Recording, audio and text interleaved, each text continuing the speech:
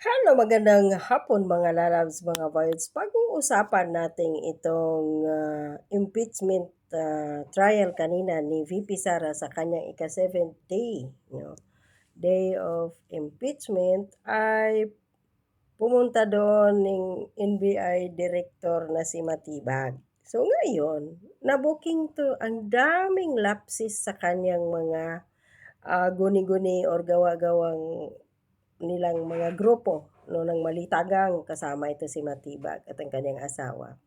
Na inamin pa ni Matibag na isa yung kanyang asawa sa yung bang gumagawa ng hakbang para ma-impeach si BP Sara. Isa siya sa mga pumirma doon. Tapos na-booking din si Matibag na kung saan ay lumabas yung kanyang few months ago na pagbabanta sa isang tao na kung patay niya ay walang ebidensya lahat ay yun. So dito muna tayo sa kanyang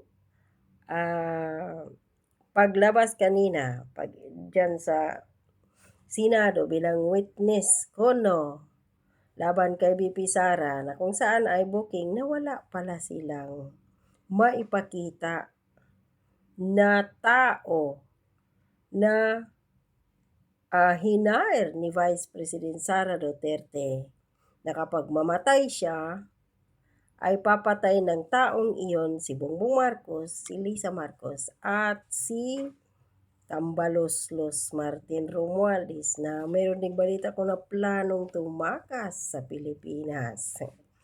Pero ibang issue yun, ibang topic. Dito muna tayo. So hindi na ito breaking news, booking news.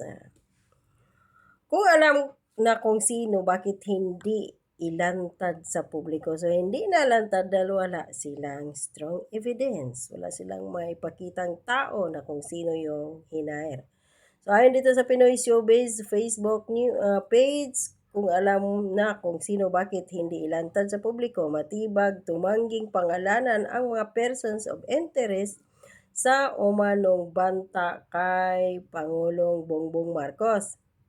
Tumanggi si National Bureau of Investigation. Ito nga siya, si Matibag, na pangalanan daw yun.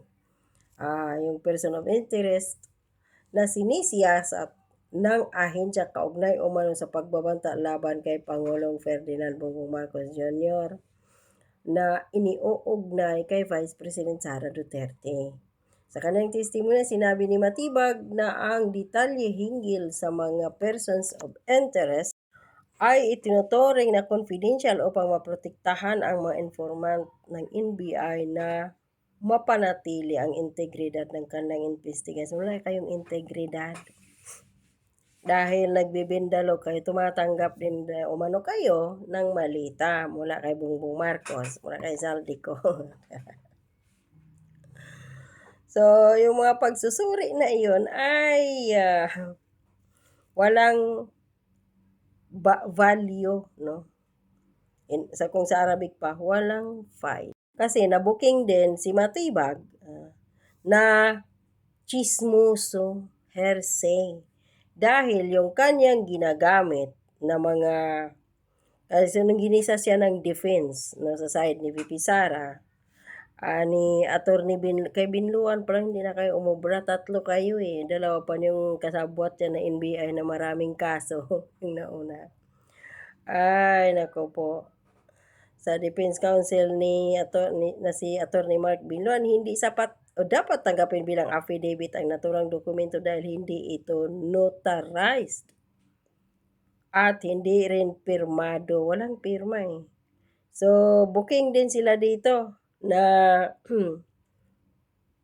yung affidavit ginamit ni NBI Director Melvin Matibag, walang notaryo at pirma. So, another lapsis na naman yun. Panalo na naman ulit si Vice President Sara Duterte. At dito ka matatawa.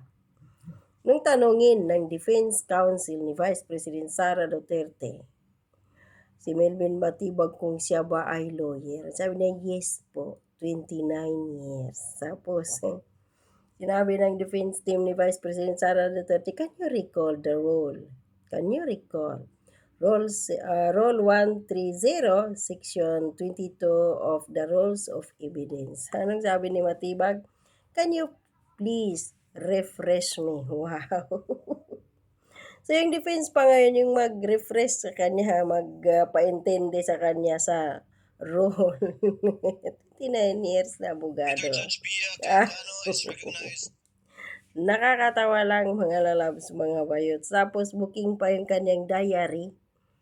Dahil panay siya tingin ng kanyang script na hindi niya masabi-sabi dahil inamin niyang 2 beses siyang nakipagkita sa mga kinatawan kanila Luistro.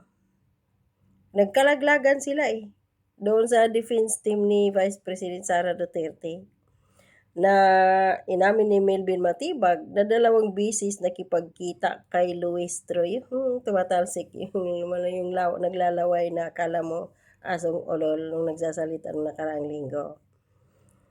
Tapos yun, para daw sa bago ito tumistigo si Melvin Matibag. Kaya yung mga boring na mga tanong ni Luistro kanina kay Matibag talagang nakakabuisit, sarap suntukin sa mukha itong si Luistro. Walang kalatoy-latoy.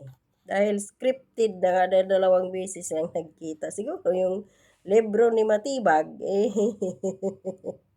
bigay yon ni Luistro dahil bakit pa na siya buklat-buklat ganyan ng libro, no? Tapos, tinanong ng defense team ni Vice President Sara Duterte, nangihingi ng permission kung pwede ba daw i-scan ang buong libro, notebook ni Matibag.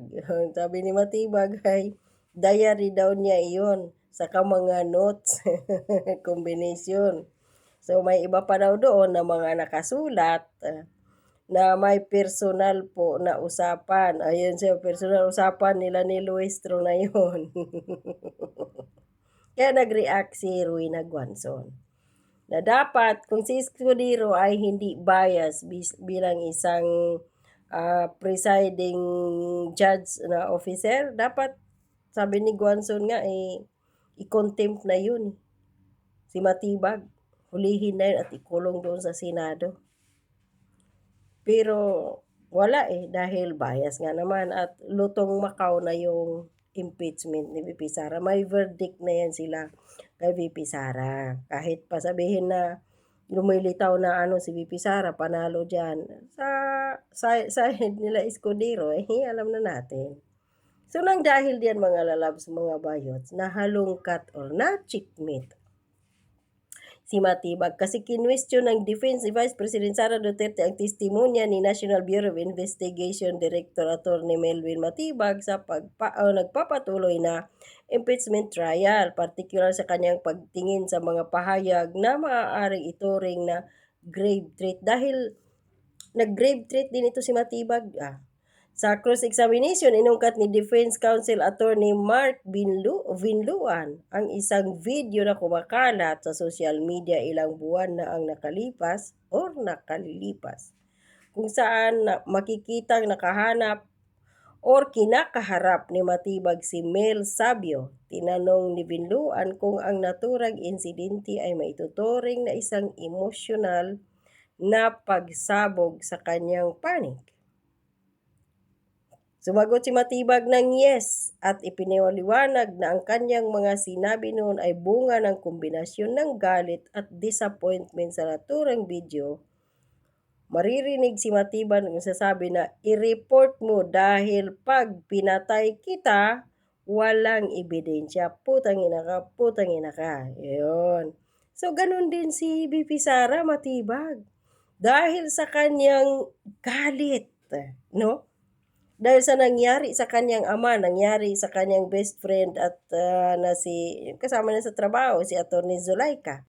Nang dahil din sa kanyang disappointment, kaya siya nakapagsalita ng ganun. So, amanos kayo ni Vice President Sara Duterte. Yung kay Vice President Sara Duterte nga yun, kapag mamatay siya. Yun. Kasi kapag mamatay si VP Sara, ang nagpapatay nun, si Bongbong Marcos, si Lisa at si Romualdez. Ayan. Kaya hindi na mapatay-patay si VP Sara dahil nagkauna-unahan sila Di gaya daw kay Ninoy. So, Matibag na checkmate.